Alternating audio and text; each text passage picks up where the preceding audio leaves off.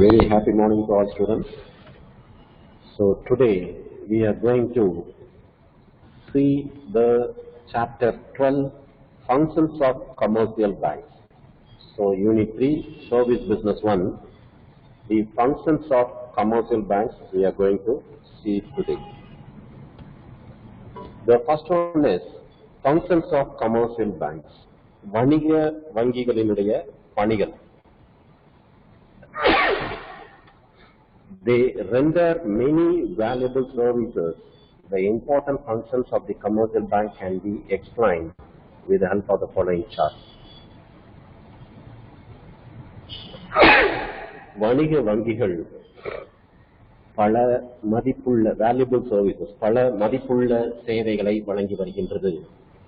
So அதுல வணிக வங்கியினுடைய முக்கிய செயல்பாடுகள் என்னென்ன அப்படின்றத நாம இப்ப பார்க்க போறோம். The first one is primary functions. முதன்மை பணிகள் சொல்றோம். Primary functions of commercial bank. முதன்மை பணிகள் என்னென்ன? The primary functions of a commercial bank are of three types. So ஒரு வங்கியினுடைய முதன்மை பணிகள் 3 வகைகளாக பிரிக்கப்படுகின்றன. ஸோ அது பாத்தீங்க அப்படின்னா ஃபர்ஸ்ட் அக்செப்டிங் டெபாசிட்ஸ், வைப்புக்களை ஏற்றல். அக்செப்டிங் டெபாசிட்ஸ் சொல்றோம், வைப்புக்களை ஏற்றல். Then granting loans and advances. Granting loans and advances.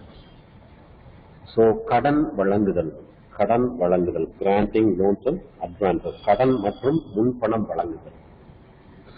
Then creation of credit. Creation of credit. கடனை உருவாக்குதல், கடனை உருவாக்குதல். ஸோ இந்த 3 செயல்பாடுகளும் தான் வங்கியினுடைய முதன்மை பணிகளாக சொல்லப்படுகின்றன. First one is accepting deposits, வைப்புக்களை ஏற்றல். The basic deposit accounts offered by commercial banks are listed below.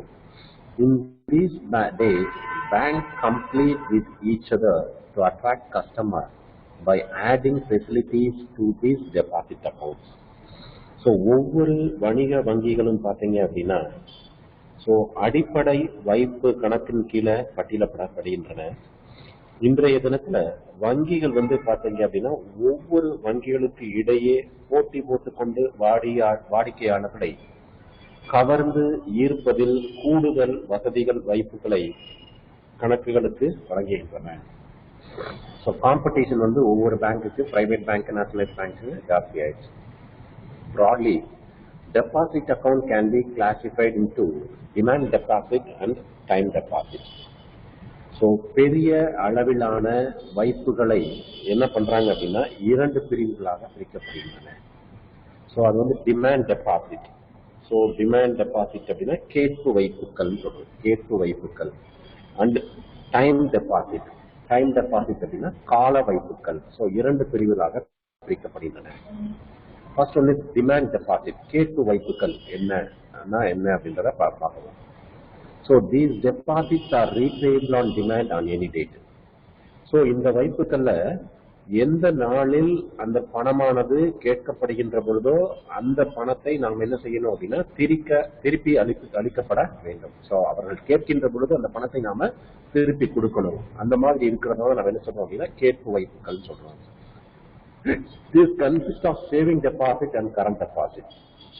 So இதுல 2 பிரிவுகளாக பிரிக்கப்படுகின்றது. சேவிங்ஸ் டெபாசிட் அப்படின்னா சேமிப்பு கணக்குகள் அல்லது சேமிப்பு வைப்புகள். கரண்ட் டெபாசிட் நடப்பு வைப்புகள் சொல்றோம். 2 பிரிவாக பிரிக்கப்படுகின்றது. First one is savings deposit, சேமிப்பு வைப்புகள்.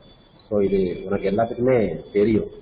ஸோ சேமிப்பு கணக்கு அப்படின்றது கவர்மெண்ட் என்ன சொல்லிருக்காங்க அப்படின்னா எல்லா மாணவர்களும் சேமிப்பு கணக்கு வைத்திருக்கப்பட வேண்டும் அப்படின்னு சொல்லிட்டு, நீ ஏற்கனவே சேமிப்பு அக்கௌண்ட் சேவிங்ஸ் அக்கௌண்ட் பேங்க்ல ஓபன் பண்ணி பாஸ்புக் ஜெராக்ஸ் எல்லாம் அந்த கன்சர்ன் டீச்சர்ஸ் கொடுத்துட்ட. ஸோ அப்போ உனக்கு ஒரு சேவிங்ஸ் அக்கௌண்ட்னா எப்படி ஓபன் பண்றது அப்படின்ற நாலேஜ் உனக்கு தெரியும். So general public deposit or saving into this account. This account can be open in one individuals name or more than one name. So பொதுமக்கள் இந்த கணக்கில் தங்களுடைய சேமிப்புகளை வைத்துக் கொள்ளலாம். அதே சமயத்துல சோ இந்த கணக்கு தனிநபரினுடைய பெயர்லையோ அல்லது ஒன்றுக்கு மேற்பட்ட நபர்களுடைய பெயர்லையோ இந்த கணக்கை தொடங்க முடியும். Section 25 of the companies can open savings account. So முன்னாடி பாத்தீங்க அப்படின்னா இந்த நிறுவனங்கள் எல்லாமே கம்பெனிஸ் எல்லாமே பாத்தீங்க அப்படின்னா கரண்ட் அக்கௌண்ட் மட்டும் தான் ஓபன் பண்ணக்கூடிய சூழல் இருந்தது. சோ இன்றைக்கு செக்ஷன் 25 நிறுவன சட்டத்தின்படி பாத்தீங்க அப்படின்னா சோ அந்த நிறுவனங்களும் என்ன செய்யலாம் அப்படின்னா இந்த சேமிப்பு கணக்குகளை துவங்கிக் கொள்ளலாம் அப்படின்னு சொல்றாங்க. Business loans are not permitted to open savings account.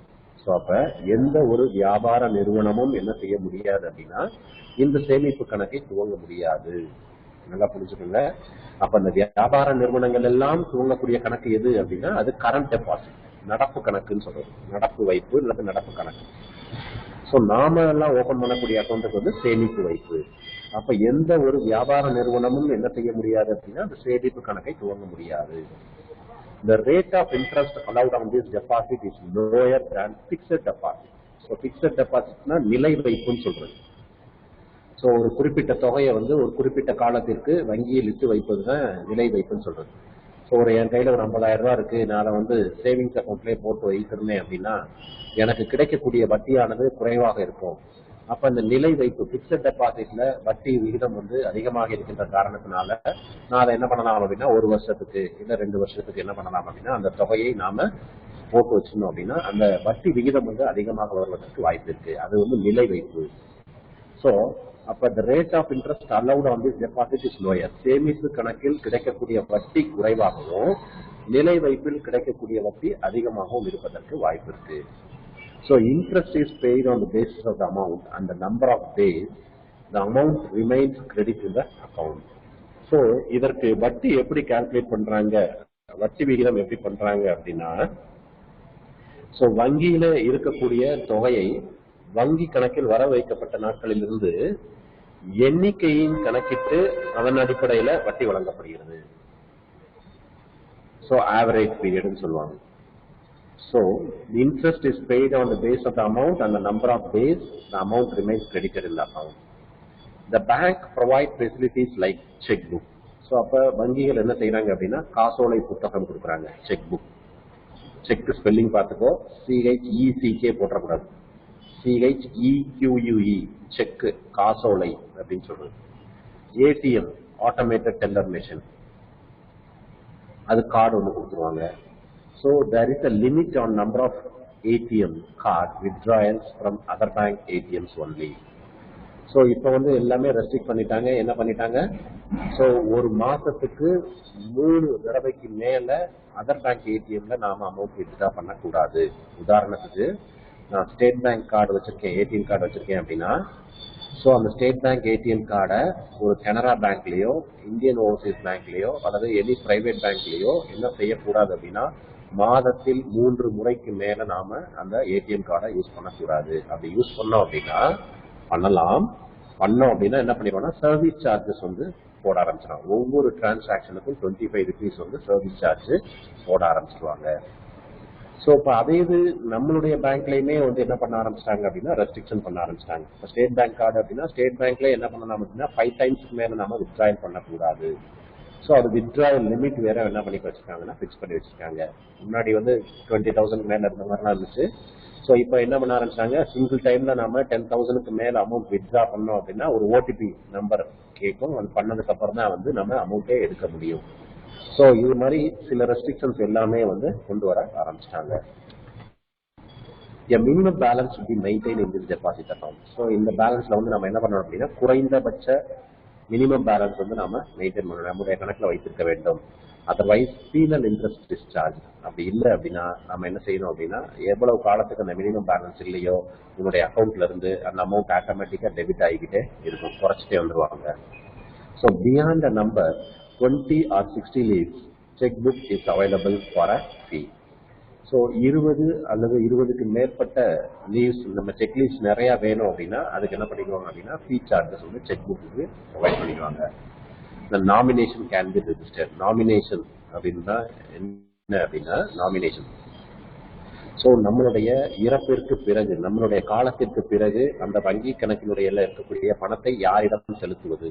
வாரிசுதாரர்னு சொல்றது, வாரிசுதாரர், nomination.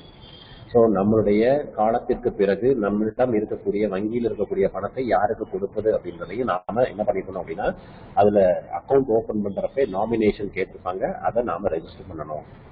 Salary account is a type of savings account offered to salary employees in which zero balance is permitted. So salary அக்கௌண்ட்னு இருக்கு. அந்த சேலரி அக்கௌண்ட்ல வந்து பாத்தீங்கன்னா minimum balance maintain பண்ண வேண்டிய அவசியம் இல்லை. ஸோ ஜீரோ பேலன்ஸ் மெயின்டைன் பண்ணா போதுமானது. ஸோ அந்த மாதிரி சேலரி அக்கௌண்ட் வந்து சேவிங்ஸ் அக்கௌண்ட் இருக்கு. Some banks offer overdraft facilities also.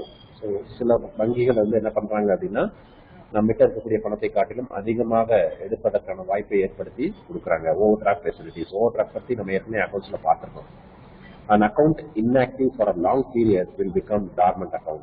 So இதே சமயத்தில் பார்த்தீங்க அப்படின்னா 3 மாதத்திற்கு ஒரு முறை வந்து நம்ம ஏடிஎம் கார்டை அமௌண்ட் போட்டிருக்கணும் அல்லது எடுத்துக்கணும். ஏதாவது ஒரு டிரான்சாக்ஷன்ஸ் வந்து 3 monthsக்குள்ள இருக்கணும். அப்படி இல்லாம இருந்துச்சு அப்படின்னா அந்த அக்கௌண்ட் வந்து என்ன பண்ணிடுவாங்க அப்படின்னா டெட் அக்கௌண்டா போட்டுருவாங்க. That is called as dormant account சொல்றது. So these are the given amount. These are the tell about the savings account. Then shall we pass on to the next account, that is current deposit account. நடப்பு கணக்கு அப்படின்னு சொல்றது. So ஏற்கனவே பார்த்துருக்கோம், it is purely meant for business people. It is purely meant for business people. So this account is suitable for business institutions. வியாபார நிறுவனங்களுக்கு மட்டுமே இந்த வகையான கணக்கு ஏற்புடையது. ஸோ ஒரு தனிப்பட்ட நபர் என்ன செய்ய முடியாது அப்படின்னா இந்த கணக்கு நாம ஓபன் செய்ய முடியாது. Individuals too can open this account. A higher minimum balance should be kept in this account. So individual maintain பண்ணலாம். அப்ப அதுல இருக்கக்கூடிய மினிமம் பேலன்ஸ் வந்து என்ன பண்ணணும் அப்படின்னா அதிகபட்சமாக நாம கணக்கில் வைத்திருக்கப்பட வேண்டும். If not penal interest is charge. So அந்த மாதிரி நம்ம மினிமம் பேலன்ஸ் மெயின்டைன் பண்ணல அப்படின்னா இன்ட்ரெஸ்ட் வந்து வட்டி வந்து போட்டு நம்மளுடைய அக்கௌண்ட்ல டெபிட் பண்ணிக்கிறாங்க. No interest is paid for the balance of this account. So இந்த கரண்ட் அக்கௌண்ட்டுக்கு வங்கியிலிருந்து எந்த விதமான வட்டியும் செலுத்தப்பட மாட்டாது. வேற கேஸ் ஆஃப் சேவிங்ஸ் அக்கௌண்ட்டுக்கு இன்ட்ரெஸ்ட் இருக்கு. ஸோ கரண்ட் அக்கௌண்ட்டுக்கு என்ன பண்ணல, பியூர்லி ஃபார் சர்வீஸ் ஓரியன்டாக இருக்கின்ற காரணத்தினால இதுக்கு வட்டி விகிதம் எதுவுமே கிடையாது. Some banks have started offering interest on these accounts balances also. சில வங்கிகள் இந்த கணக்கிற்கும் வட்டி கொடுக்குறாங்க. Bank may collect bank charges on this account.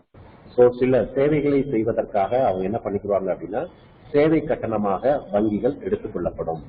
Over draft, that is மேல்வரை பற்று, short term and security loan சொல்றோம்.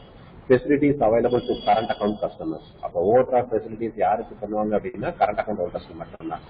So there is no limitation of deposit of cheques or withdrawals from this account.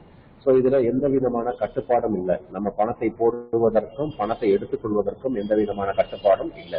So இத்தனை தடவை தான் எடுக்கணும், இத்தனை தடவை தான் நம்ம பணம் போடணும் அப்படின்ற எந்த விதமான கட்டுப்பாடுகளும் இல்லாத காரணம். So credit worthiness of current account business customers are shared among banks. Then time deposit. Time deposit கால வைப்புகள் அப்படின்னு சொல்றோம். They include fixed deposit and recurring deposits which are repayable after a period.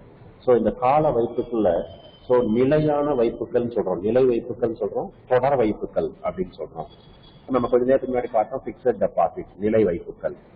Certain amount is deposited for a fixed period for a fixed rate of interest. சில தொகையை ஒரு குறிப்பிட்ட காலத்திற்கு நாம வங்கியில் செலுத்தப்பட்டிருந்தோம் அப்படின்னா அதுதான் வந்து நம்ம டெபாசிட்னு சொல்றோம். ஸோ நம்ம கணக்குல 50,000 ரூபாய் இருக்கு, சேவிங்ஸ் அக்கௌண்ட்ல இருந்தது அப்படின்னா வட்டி குறைவாக கிடைக்கும். இதே இதை நாம பிக்சட் டெபாசிட்ல போட்டு வச்சோம் அப்படின்னா வட்டி விகிதம் சற்று அதிகமாக கிடைக்கும். அந்த தொகையை குறிப்பிட்ட காலத்திற்கு நாம போட்டு வைக்கணும். So fixed deposit receipt is given to the depositor. So அப்ப நம்ம வங்கியில போட்டு வைத்ததற்கான சாட்சியாக என்ன செய்வாங்க அப்படின்னா ஒரு ரசீது கொடுப்பாங்க. அந்த ரசீதுக்கு பேரு fixed deposit receipt. Fixed deposit receipt. So rate of interest is higher than savings account. So வட்டி விகிதம் சேமிப்பு கணக்கை காட்டிலும் கூடுதலாக கிடைப்பதற்கான வாய்ப்பு இதுல இருக்கு. ஸோ அந்த date of maturity the principal along with interest for the fixed period is paid.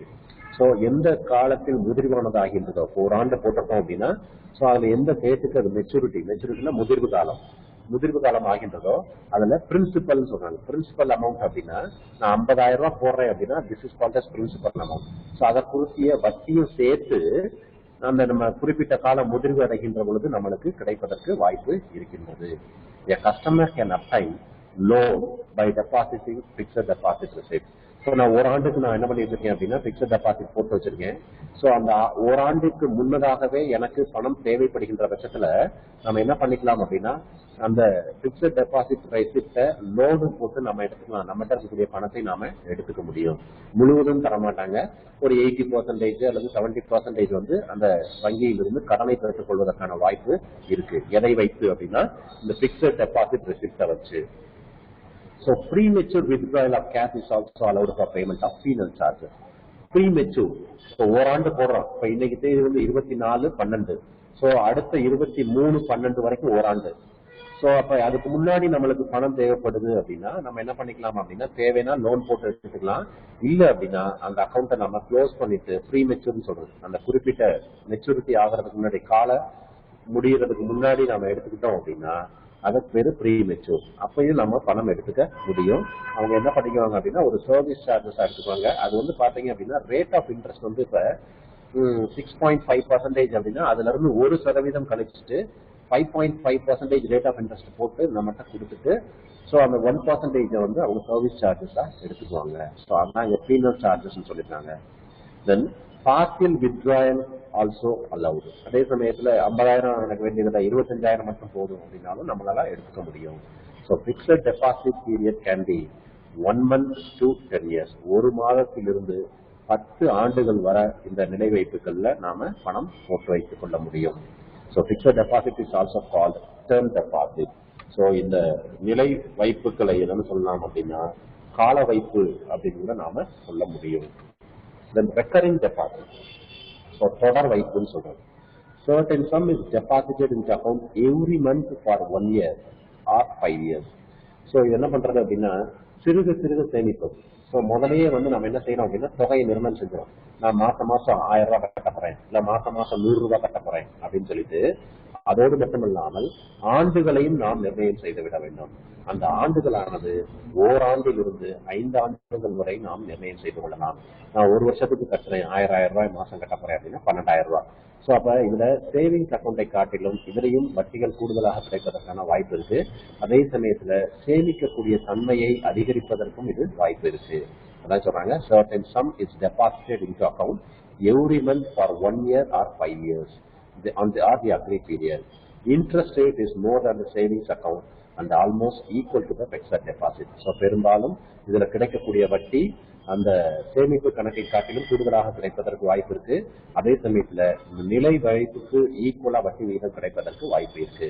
At the end of the period, the deposit amount along with the interest are returned to the customer. So அந்த முடிவு காலத்துல அந்த முடிவு தொகை plus அதற்குரிய வட்டியும் சேர்த்து அந்த நுகர்வோருக்கு கிடைப்பதற்கு வாய்ப்பு இருக்கு. So premature closing is allowed with a change or charge or deduction. அதே மாதிரி முன்னாடியே நம்ம க்ளோஸ் பண்ணோம் அப்படின்னா ஒரு certain percentage என்ன பண்ணிடுவாங்க அப்படின்னா அதுல இருந்து அவங்க சர்வீஸ் சார்ஜஸ் எடுத்துட்டு அதையும் நாம பணம் எடுத்துக்கொள்ள முடியும். It is ideal for person having regular income to save and receive a lump sum. அப்ப சிறுக சிறுக சேமிப்பதனால ஒரு குறிப்பிட்ட தொகையை அதிகமாக லம்பா நம்ம வாங்குவதற்கான வாய்ப்பு இந்த முறையில இருக்கு. So any institution can open RD account. யாரு வேணாலும் எந்த நிறுவனங்கள வேணாலும் என்ன பண்ணலாம் அப்படின்னா RD account ஓபன் பண்ணிக்கலாம். Recurring deposit. Minor or student can also open this account. So அப்போ மைனர் கூட ஓபன். மைனர் அப்படின்னா before completion of 18 years is called a minor.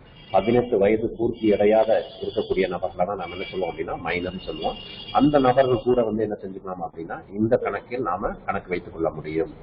Loan against the deposit is also provided by some banks. So இதை அடமானமாக வைத்துக் கொண்டு கூட நாம என்ன பண்ண முடியும் அப்படின்னா கடன் பெற முடியும். Then know your customer, KYC சொல்லுவாங்க. So know your customer. So இது என்ன பண்றாங்க அப்படின்னா இப்ப ரிசர்வ் பேங்க் ஆஃப் இந்தியால வந்து அப்டேட் பண்ண சொல்றாங்க. ஸோ ஒரு குறிப்பிட்ட காலக்கெடுல வந்து என்ன பண்றாங்க அப்படின்னா நோ யுவர் கஸ்டமர் KYC வந்து ஃபார்ம் வந்து கண்டிப்பா ஒவ்வொரு நுகர்வோரும் கொடுக்கணும். அதுல என்னென்ன டீடைல் கொடுக்கணும் அப்படின்றத பத்தி தான் சொல்லியிருக்காங்க. KYC means know your customer. It is a general rule to be followed by banks to get information regarding the identity and address of the customer. So சில நேரத்துக்கு இப்போ பார்த்தீங்க உதாரணத்துக்கு பார்த்தீங்கன்னா நம்ம மதுரையில் இருக்கோம். மதுரையில் இன்னைக்கு அக்கௌண்ட் ஓப்பன் பண்ணியிருக்கோம். திடீர்னு சென்னைக்கு வேலை பார்க்க போயிடும்னு வச்சுக்கோ. ஸோ அப்போ என்ன பண்ணுவாங்க அப்படின்னா அட்ரஸ் எல்லாமே சேஞ்ச் ஆகி சென்னைக்கு போயிருக்கோம். ஆனால் இவங்க என்ன பண்ணுவாங்க, அந்த பேங்க்ல இன்டிமேட் பண்ணாமல் என்ன பண்ணிருப்பாங்கன்னா இந்த அக்கௌண்ட் அப்படியே மெயின்டைன் பண்ணிட்டே இருப்பாங்க. ஸோ அதை எல்லாம் தவிர்ப்பதற்காக தான் என்ன செய்யறாங்க அப்படின்னா ஒரு குறிப்பிட்ட காலக்கெடுல இந்த ஃபார்மை அவங்க கலெக்ட் பண்றாங்க. So this rule helps to ensure the bank service are not misused. So the KYC process is to be completed with opening accounts. So இது புதிதாக கணக்குகள் தொடங்குகின்ற பொழுது கேட்பாங்க. அதே சமயத்துல ஏற்கனவே கணக்கு வைத்திருக்கக்கூடிய நபர்களையும் என்ன பண்ணுவாங்க அப்படின்னா தன்னுடைய டேட்டாவை அப்டேட் பண்ணிக்கிறதுக்காண்டி ஒரு பீரியாடிக்கல்ல அதுவும் கேட்பாங்க. So these details should be updated periodically. A person willing to open a bank account should submit a proof of identity and proof of address together with the recent photograph. ஒரு கணக்கு நாம வங்கியில தொடங்கணும் அப்படின்னா நம்ம என்ன செய்யணும் அப்படின்னா, ஸோ எந்த அட்ரஸ்ல இருக்கிறோம், எந்த விலாசத்துல இருக்கோம் அப்படின்றதுக்கு ஒரு ப்ரூஃபும், ஸோ நாம தான் அப்படின்றதுக்கு ஒரு போட்டோ ஐடி ப்ரூஃபும் பிளஸ் ஒரு போட்டோ காப்பியும் அதை நம்ம கொண்டு போனோம் அப்படின்னா நம்ம எந்த வங்கியிலையும் நாம கணக்கு துவங்கலாம். 6 documents have been notified by the Government of India as officially valid document. So அரசாங்கமானது 6 ஆவணங்களை இந்த சொல்லியிருக்காங்க. ஸோ அதில் பார்த்தீங்கன்னா passport, driving licence, voters ID card, PAN card, Aadhaar card, so இது எல்லாமே ஜாப் கார்டு. ஸோ இது எல்லாமே அந்த ஐடென்டி ப்ரூஃபாக நம்ம எடுத்துக்கலாம். The person should submit any one of these documents as proof of identity if such document also contain their address details. அந்த டாக்குமெண்டோட என்ன செய்யணும் அப்படின்னா அட்ரஸ் இருக்கணும். then it will be accepted as a proof of address. அதையே என்ன பண்ணுவாங்கன்னா address ப்ரூஃபாக எடுத்துக்குவாங்க. if not, then another officially valid document which contain address details need to be submitted. So அந்த அட்ரஸ் இல்லை அப்படின்னா அந்த அட்ரஸ் ப்ரூஃப்க்கு இன்னொரு டாக்குமெண்ட் நாம ப்ரொடியூஸ் பண்ணணும். then granting loans and advances. granting loans and advances. கடன்கள் மற்றும் முன்பணம் வழங்குதல். The second primary functions of commercial bank is lending money in order to earn interest income. So இந்த வணிக வங்கியில் என்ன பண்றாங்க அப்படின்னா அவங்க தொகை ஈட்டிக் கொள்வதற்காக பிறருக்கு கடன் கொடுப்பது. Bank provide specific sum as loan which are repayable along with interest. So அப்போ கடன் கொடுப்பதனால அவங்க என்ன பண்ணிக்கிறாங்க அப்படின்னா அந்த திரும்பி செலுத்துகின்ற பொழுது வட்டியோடு சேர்த்து பணத்தை பெற்றுக் கொள்கிறார்கள். Demand loans should be repaid whenever demanded. Term loan can be repaid after the agreed period. So demand loan கேட்பு வைப்பு அப்படின்னு சொன்னோம், கேட்பு கடன். ஸோ எப்போ கேட்குறாங்களோ அப்போ கொடுத்துடணும். ஸோ டேர்ம் லோன் அப்படின்றது அவங்க மந்த் டியூரேஷன் போட்டிருப்பாங்க, 2 மாதம் 3 மாதம் 4 மாதம்னு டேர்ம் போட்டிருப்பாங்க. ஸோ அந்த காலங்களில் அதை திருப்பி செலுத்த வேண்டும். Then advances and credit facilities provided for short period within a 1 year to business community, but both terms are used interchangeably. The first one is advances எந்தெந்த வழியில கொடுக்குறாங்க அப்படின்னா, first one is overdraft சொல்லுவோம், வங்கி மேல்வரை பற்றுன்னு சொல்றது. So it is a credit facility extended mostly to current account holding business community customer. So இது பெரும்பாலும் யாருக்கு கொடுப்பாங்க அப்படின்னா, ஸோ நடப்பு கணக்கு வைத்திருக்கக்கூடிய அந்த வியாபார நிறுவனங்களுக்கு கொடுப்பாங்க. It is an arrangement reached between the banker and the credit worthy customer. So இது ஏற்கனவே நான் கிளாஸ் நடத்தப்ப சொல்லியிருக்கேன். ஸோ இப்போ நம்மளுடைய அக்கௌண்ட்ல 1 லட்ச ரூபா இருக்கு, ஒரு பார்ட்டிக்கு நம்ம 1.5 லட்ச ரூபா கொடுக்கணும் அப்படின்னா 1.5 லட்ச ரூபாய்க்கு நம்ம செக் கொடுத்துருந்தோம் அப்படின்னா அதை பேங்கர் அக்செப்ட் பண்ணிக்குவாங்க.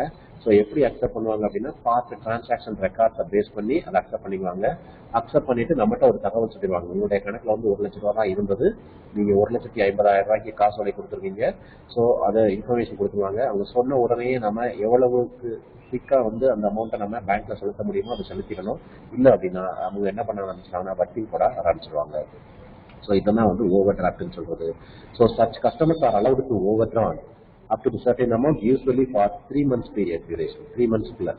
So it may be extended for further period. என்னன்னா கால் மீட்டிங்ல அதுக்கு என்ன பண்ணணும் அப்படின்னா வட்டி செலுத்த வேண்டும். Only on the withdrawn amount of the credit interest is charged and not on the maximum limit allowed. So it is an unsecured credit. Secured overdraft against the security of financial instrument is also provided some banks. It is variable on demand.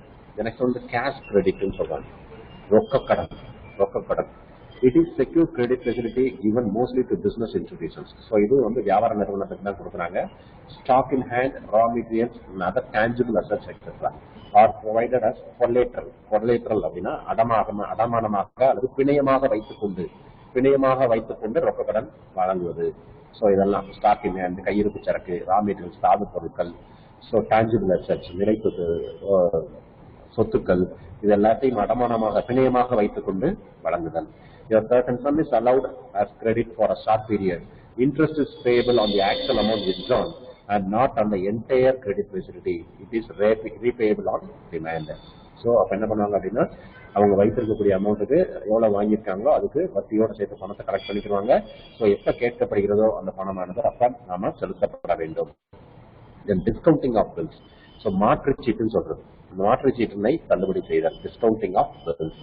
So business customer approach bank to discount the commercial bill on exchange provided money. உதாரணத்துக்கு sundry debtors, நம்ம பொருள் கடனுக்கு வித்திருக்கோம், அப்ப வித்திருக்கிறவங்க வந்து bills receivable கொடுத்துருப்பாங்க. So in பிட்வீன்ல நம்மளுக்கு பணம் தேவைப்படுதுன்னா என்ன செய்யலாம் அப்படின்னா அந்த பில்ஸ் ரிசீவபிள நம்மளுடைய வங்கி கணக்கில் அடமானமாக வைத்துக் கொண்டு கடன் தர முடியும். ஸோ அதெல்லாம் வந்து பில் டிஸ்கவுண்டிங் சொல்றோம். It is a short-term credit instrument. Bank deduct the discount for the period mentioned in the bill and release the balance amount to the trader. அப்போ ஒரு குறிப்பிட்ட தொகையை வந்து கழிவாக வைத்துக் கொண்டு மீத தொகையா நம்மளுடைய அக்கௌண்ட்ல ஏற்றி விட்டுருவாங்க. If the bill is dishonored, அப்ப என்ன பண்ணுவாங்க அப்படின்னா அந்த குறிப்பிட்ட தேதியில யாரு அந்த பில்லை எழுதி கொடுத்துருக்காங்களோ அவங்கள்ட்ட போய் பணம் கேட்பாங்க. ஸோ அவன் வந்து நிராகரிக்கின்ற பட்சத்துல அவன் என்ன பண்ண மாட்டான்னா அந்த பார்ட்டிகிட்ட போய் சண்டை போட மாட்டான், நம்மளுடைய அக்கௌண்ட்ல இருந்து திருப்பி அந்த பணத்தை எடுத்துக்குவான். ஸோ டிஸ்ஆனர்ட் அப்படின்னா திருப்பி அனுப்புதல். So the bank can recover the amount from the customer. It is a form of unsecured credit. So இதோட முடிச்சுக்கோம். We can see in the next class. Thank you.